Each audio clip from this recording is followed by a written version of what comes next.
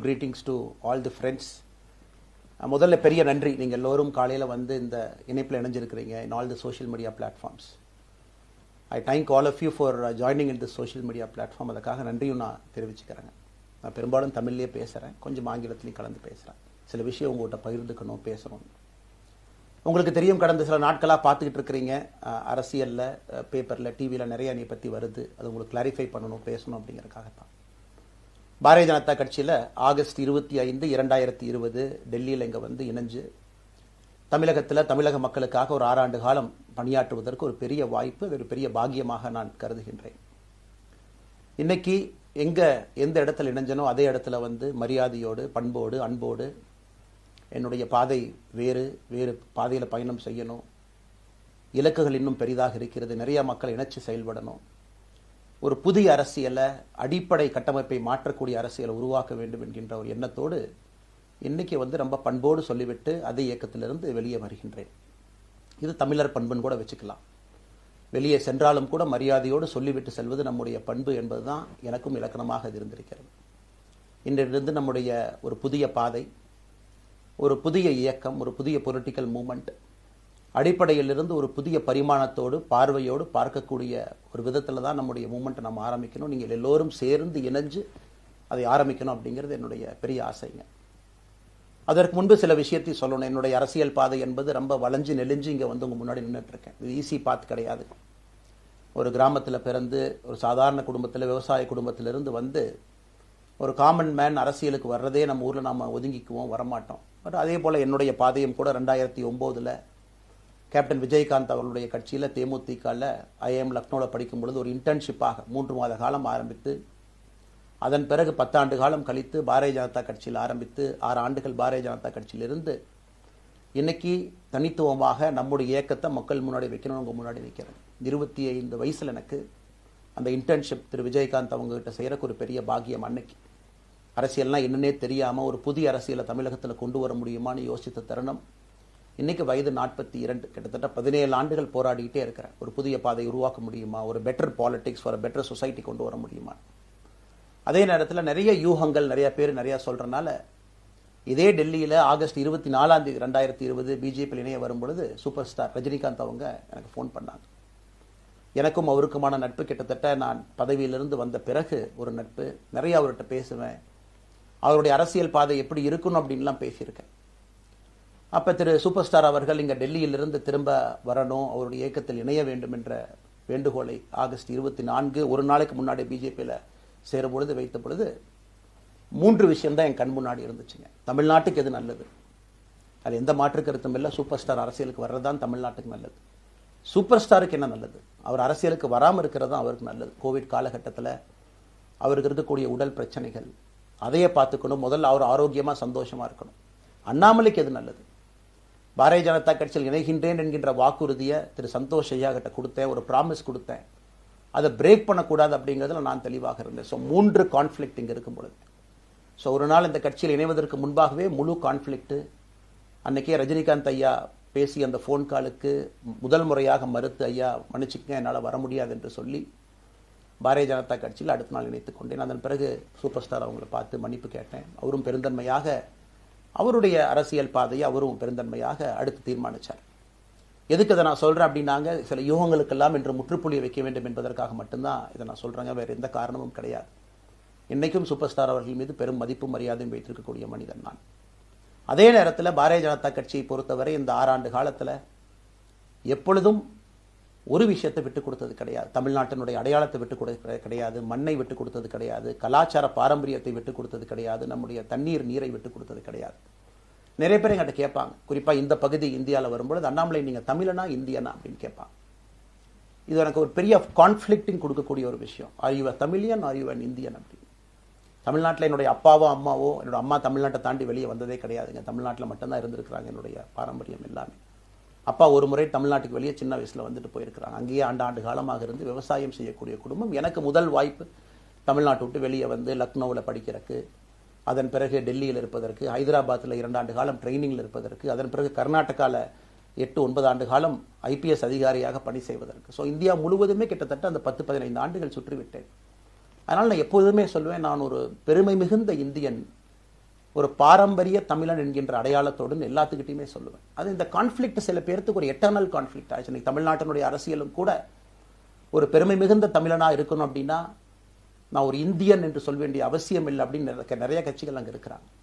நான் எப்பொழுதுமே தொடர்ந்து சொல்லிக் கொண்டிருப்பது இந்தியன் என்கின்ற அடையாளத்தோடு ஒரு பெருமை மிகுந்த தமிழனாகத்தான் எல்லா இடத்துலையும் இருக்கிறேன்.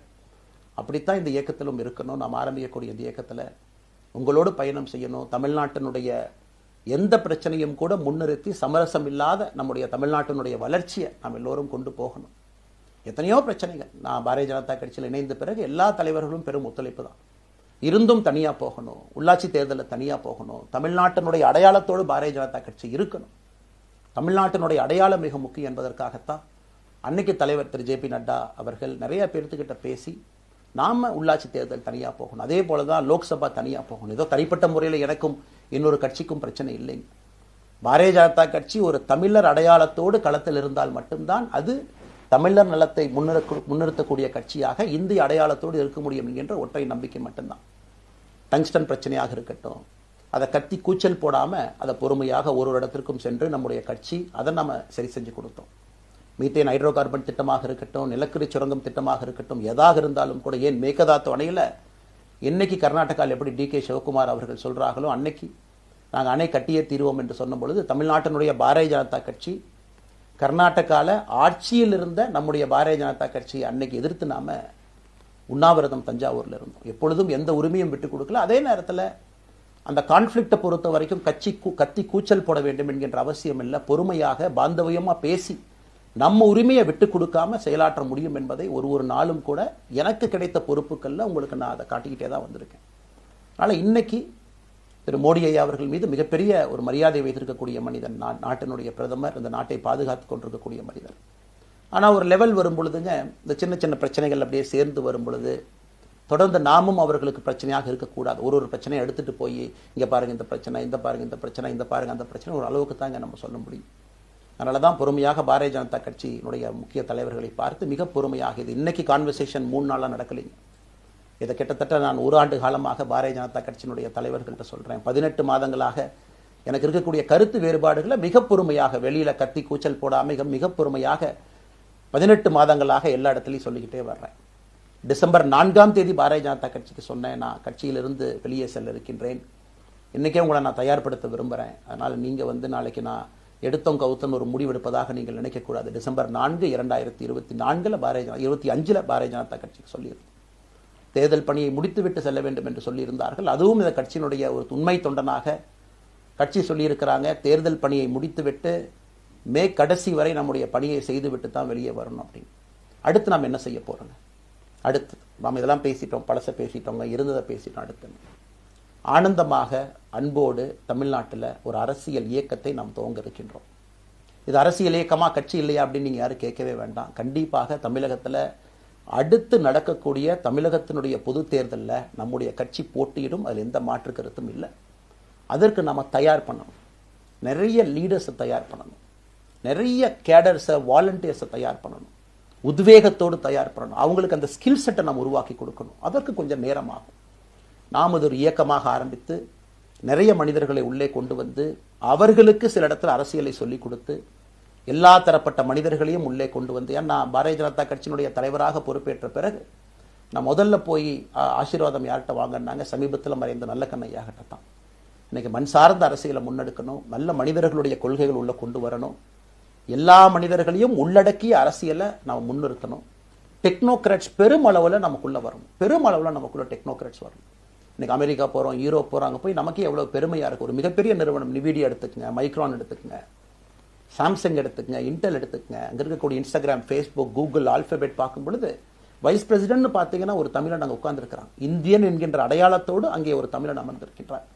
என்னுடைய கனவு உங்கள் பல பேர்த்த போல அவர்கள் எல்லாம் திரும்ப இங்கே வந்து அரசியல்ல ஏதோ ஒரு விதத்தில் கான்ட்ரிபியூட் பண்றதுக்கு நம்முடைய இயக்கமும் நம்முடைய வருகின்ற காலத்தில் நம்ம ஆரம்பிக்கக்கூடிய கட்சியும் அதற்கு உறுதுணையா இருக்கணும். அத்தனை டேலண்ட்டை ரிஃபைன் பண்ணி நம்ம கொண்டு வரோம். தமிழ்நாட்டினுடைய வளர்ச்சிக்கு எல்லோரையும் நம்ம பயன்படுத்தணும். இதுல எங்கேயுமே கூட நான் பெரிது நீ பெரிது என்று இருப்பதை விட ஒரு வளர்ந்த பாரதம், இந்தியா உலகத்துல மிக முக்கியமான இடத்துல அந்த பாரதம் வந்து அமரும் பொழுது முதன்மை மாநிலமாக தமிழகத்தை கொண்டு வந்து நிறுத்த வேண்டிய பொறுப்பு நமக்கு இருக்கு. அதற்கு நம்முடைய பொலிட்டிக்கல் கிராமர், பொலிட்டிக்கல் லாங்குவேஜ் எல்லாமே நம்ம மாற்றணும். நம்ம பேசக்கூடிய விஷயம். அடுத்து இன்னொன்று கேட்குறாங்க, நான் கமெண்ட் வர அப்படியே நான் பேச ஆரம்பிக்கிறேன். தமிழ்நாட்டில் இன்னைக்கு ஒரு அரசியல் கட்சி வேணுமான்னு கேட்டிங்கன்னா கண்டிப்பாக வேணும். அதில் எந்த மாற்று கருத்தும் இல்லை. காரணம், ஒரு கடைக்கு போய் நாம் ஒரு டூத் பேஸ்ட்டோ ஒரு அரிசியோ ஒரு பருப்போ வாங்கினா கூட 10 கடை ஏறி இறங்கி எங்கள் அம்மா அதெல்லாம் பார்த்து, விலையை பார்த்து, தரத்தை பார்த்து, பொருளை பார்த்து அத்தனை முறை வாங்கித்தான் பார்ப்பேன். ஏன்னா அது நம்ம உடம்புக்குள்ளே போகிற விஷயம். ஆனால் அரசியல் கட்சி இன்னைக்கு எத்தனையோ கட்சிகள் இருந்தாலும் கூட என்னுடைய நம்பிக்கை, நம்முடைய நம்பிக்கை, வருகின்ற காலத்தில் நம்முடைய அரசியல் இயக்கம் கட்சியாக மாறும் பொழுது மக்கள் அந்த தரத்தை பிரித்து பார்ப்பார்கள்.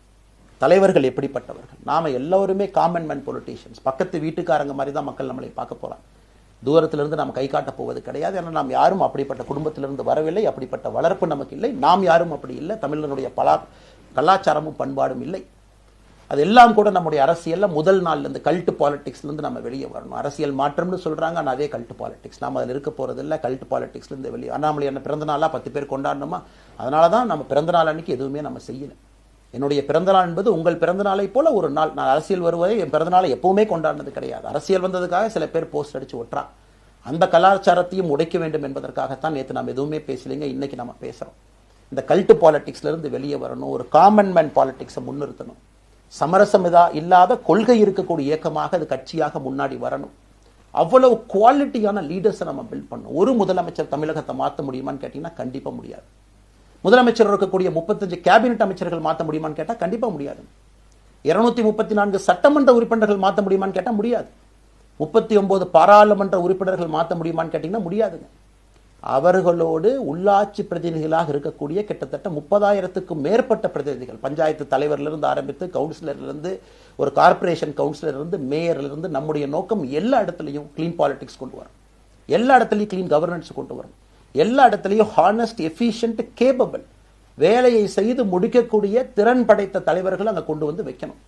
அதே நேரத்தில் பாலிடிக்ஸ் என்பது ஒரு ஃபேமிலிக்கு மட்டுமல்ல, தொடர்ந்து நாம மட்டும் இருப்போம் அப்படி இல்லைங்க. நம்ம இயக்கம் கட்சியாக மாறும் பொழுது உங்கள்கிட்டலாம் பேசி நம்ம டேர்ம் லிமிட் கொண்டு வரோம். நாம் ஒரு வித்தியாசமான கட்சினா எல்லோருக்கும் வாய்ப்பு கொடுக்கணும். 140 கோடி மக்கள் வசிக்கக்கூடிய அந்த நாட்டில், தமிழகத்தில் கிட்டத்தட்ட 8 கோடி பேர்த்துக்கு நாம் இருக்கோம். 5.5 கோடிக்கு மேற்பட்ட வாக்காளர்கள் இருக்கும் பொழுது எல்லோரையும் அரசியலுக்கு வாய்ப்பு கொடுக்கணும். டேர்ம் லிமிட் கொண்டு வரணும். எத்தனை முறை எம்எல்ஏவாக இருக்கணும், எத்தனை முறை எம்பியா இருக்கணும், எல்லோருக்கும் அது பொருந்தும், எனக்கும் அது உட்பட. The permanent leaders, permanent MLAs, permanent ministers, permanent MPs, அதை நம்ம உடைக்க போறோம். அதில் எந்த மாற்று கருத்தும் இல்லை. அது என்னை ஆரம்பித்து முதல் மனிதனாக இந்த இயக்கத்தில் இணைத்துக் கொண்டிருக்கக்கூடிய என்னை, ஒரு சாதாரண ஒரு மனிதராக என்னை ஏற்றுக் கொண்டிருக்கக்கூடிய ஒரு காமன் மேன் என்னை ஆரம்பித்து எல்லோருக்கும் இது பொருந்தும். இதை நாம இந்த இயக்கம் கட்சியாக மாறுகின்ற முதல் நாள்ல நம்ம சொல்ல போறோம். No chair is permanent for anybody. அதில் நம்ம ரொம்ப தெளிவாக இருக்கின்றோம். புதியவர்கள் வரணும், வந்துகிட்டே இருக்கணும், வந்துகிட்டே இருக்கணும். It should flow like a water. New ideas வரணும், அந்த ஸ்ட்ரீம் போய்கிட்டே இருக்கணும். நம்மை தாண்டி இந்த இயக்கம் நிற்கணும். This movement should stand beyond us, not in name but in purpose and pursuit of excellence. இதெல்லாம் ஏதோ அண்ணாமலை அப்படிங்கிற பேர் கிடையாதுங்க. அதனால தான் ரொம்ப யோசிச்சு நாம கொண்டு வந்திருக்கோம். www.vetheleader.org அப்படிங்கிற அமைப்பு ஏற்கனவே 2020 நாங்கள் எல்லாம் சேர்ந்து ஆரம்பித்த அமைப்பு. நான் பேசி முடிச்சோன்னா அந்த லிங்க் உங்களுக்கு லைவா வந்துடும். vetheleader.org-ல நீங்க உங்களை வாலண்டியரா இன்னைக்கு பொலிட்டிக்கல் ஒரு மூவ்மெண்ட்ல உங்களை நீங்க நினைச்சுக்கணும். நாம எல்லோரும் ஒன்று சேர்ந்து பேசுவோம். அதனாலதான் இன்னைக்கு கோயம்புத்தூர்ல இன்னொரு அறிவிப்பும் கூட கொடுக்கணும். எல்லாத்தையும் டைரக்டா எப்படி நம்ம பாலிடிக்ஸ்குள்ள கொண்டு வர போறோம். APJ Abdul Kalam centre for ethics and politics, APJ Abdul Kalam ஐயாவுடைய பேரில் கோயம்புத்தூர்ல வீத லீடர்ஸ்க்கு கீழே நாம பாலிடிக்ஸ்ல எத்திக்ஸ்க்காக ஒரு சென்டர் ஆரம்பித்து வருகின்றவங்க எல்லாமே இதுக்குள்ள ட்ரெயின் ஆகி தான் வெளியே வருவாங்க. உள்ளாட்சி தேர்தலில் நிற்கிறாங்க, they will get trained, come and stand in local body election. MLA election நிற்கிறாங்க, they will get trained, they will come and stand in election. அவங்க எங்க நின்னாலும் கூட ஒரு ப்ராசஸ்ல நாம் அவங்கள ட்ரெயின் பண்ணி, அவங்கள ஷேப் பண்ணி, ஒரு கம்யூனிட்டியினுடைய நீட்ஸ் அண்டர்ஸ்டாண்ட் பண்ணி அரசியல் செய்யக்கூடிய மனிதர்களாக நாம் அவங்கள கொண்டு வர போறோம். நாம் யாருக்கும் போட்டி கிடையாது. ஆளுங்கட்சி இருக்கு, நிறைய எதிர்கட்சி இருக்கு, எல்லோரும் இருக்கட்டும், சந்தோஷமா இருக்கட்டும், அவங்கவுங்க கொள்கையை சொல்லட்டும். நம்முடைய கொள்கையும் வருகின்ற காலத்தில் நம்ம எல்லோரும் இணைஞ்சு நம்ம கொள்கையை சொல்ல போறோம்.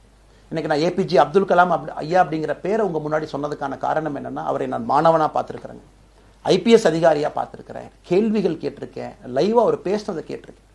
அவர் சொன்ன அத்தனை கான்செப்ட் இன்னைக்கு நமக்கு எப்ப பொருந்தோம், இன்னைக்கு பொருந்தும். எப்பவோ சொன்னார் விஷன் 2020, எப்ப சொன்னாருங்க 2020.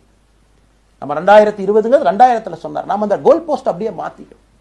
அது மட்டும் இல்லை, அன்னைக்கு சொன்னாரு கிராமப்புறத்திலிருந்து நகரத்துக்கு யாரும் போகக்கூடாதுன்னா புறா providing urban amenities and rural areas, கிராமப்புறத்தில் அவ்வளவு ஃபெசிலிட்டியை கொண்டு வரணும். அது எல்லாம் கூட இன்னைக்கு யாருக்கு பொருந்ததோ இல்லையோ நம்முடைய சமுதாயத்துக்கு பொருந்தும். அவ்வளவு விஷயங்கள் சொல்லியிருக்கக்கூடிய ஏபிஜே அப்துல் கலாம் ஐயா நமக்கு மிக முக்கியமானவர். அவருடைய கருத்தியல் நமக்கு மிக மிக முக்கியமானது. ஒரு தேசிய மனிதராக, பெருமை மிகுந்த தமிழனாக வாழ்ந்து மறைந்திருக்கக்கூடிய ஒரு அற்புதமான மனிதர். நிறைய நம்முடைய தலைவர்கள் இருக்காங்க. அத்தனை கொள்கைகளும் வேண்டும்.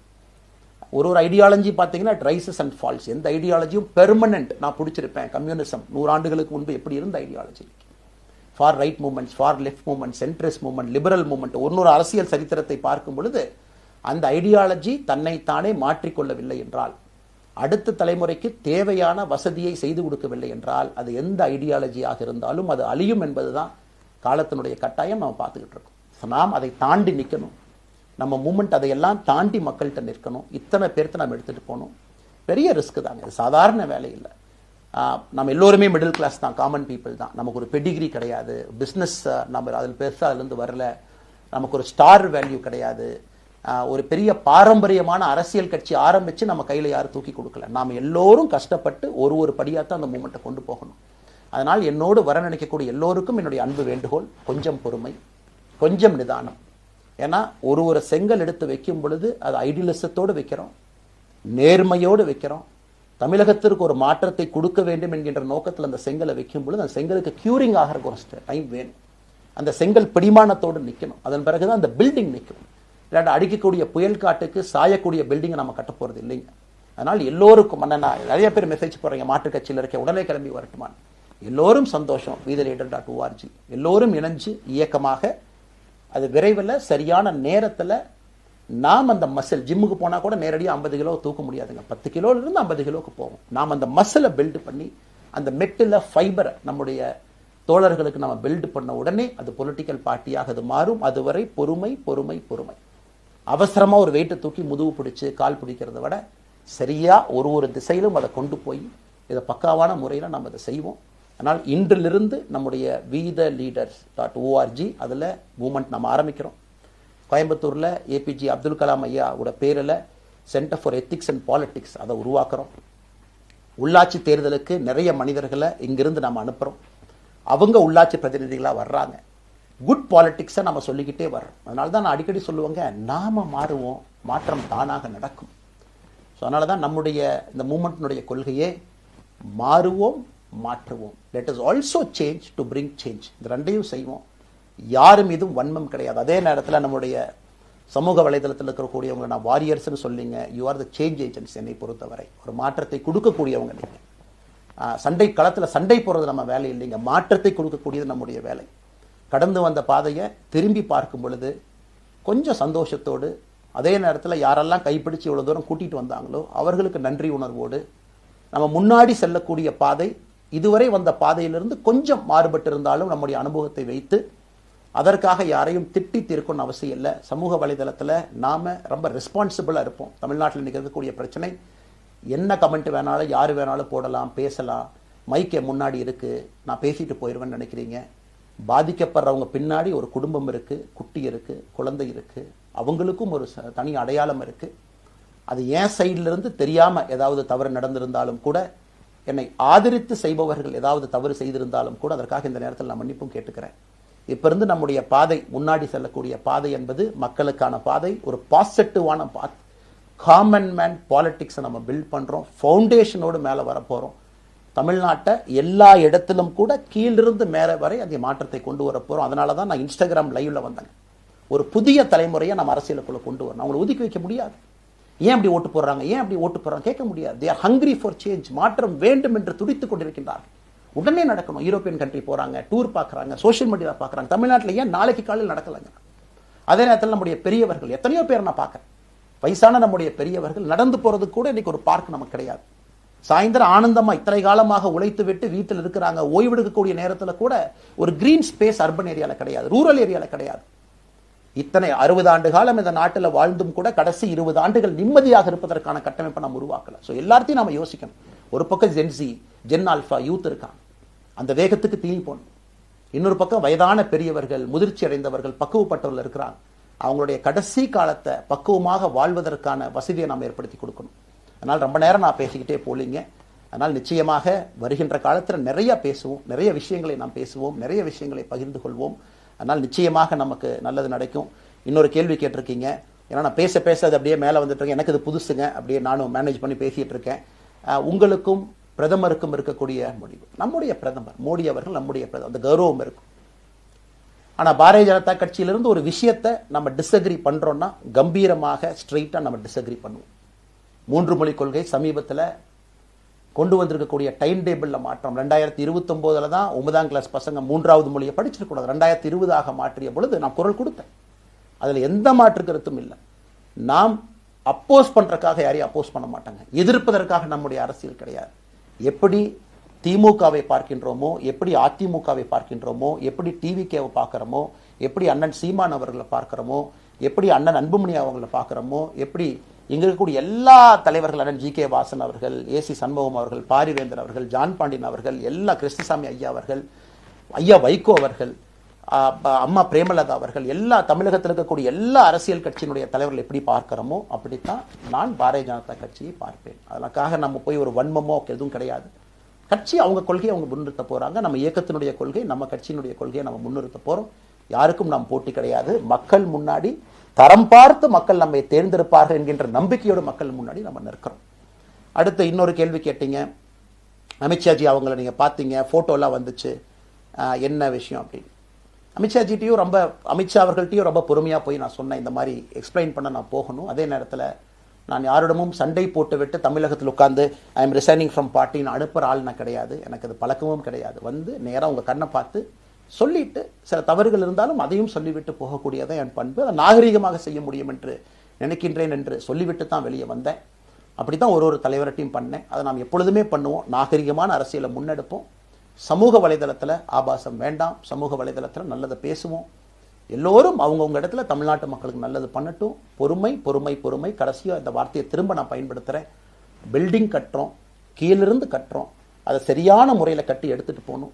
நம்புங்க, கூட இருங்க. 42 ஆண்டுகள் வளைவிஞ்சு நெலிஞ்சு சுற்றி இன்னைக்கு இந்த இடத்துல உங்கள் முன்னாடி வந்து உட்கார்றேன். நிச்சயமாக நம்ம எல்லோரும் சேர்ந்து ஒரு பெரிய புரட்சியை, மாற்றத்தை தமிழகத்திற்காக, ஒரு பாரத நாட்டுக்குள்ள, இந்திய நாட்டுக்குள்ள முதன்மை மாநிலமாக தமிழகத்தை கொண்டு வருவது மட்டும்தான் நம்முடைய குறிக்கோள். வேறு எதுவும் நம்முடைய குறிக்கோள் கிடையாது. அதற்காக நம்முடைய வாழ்வை அர்ப்பணிப்போம். காத்து கொண்டிருக்கக்கூடிய எல்லோருக்கும், கேட்டுக்கொண்டிருக்கக்கூடிய எல்லோருக்கும் உங்களுடைய பொறுமைக்கு நன்றி தெரிவித்து மறுபடியும் சொல்லிக் கொள்கின்றேன். மாறுவோம், மாற்றுவோம். மிக்க நன்றி.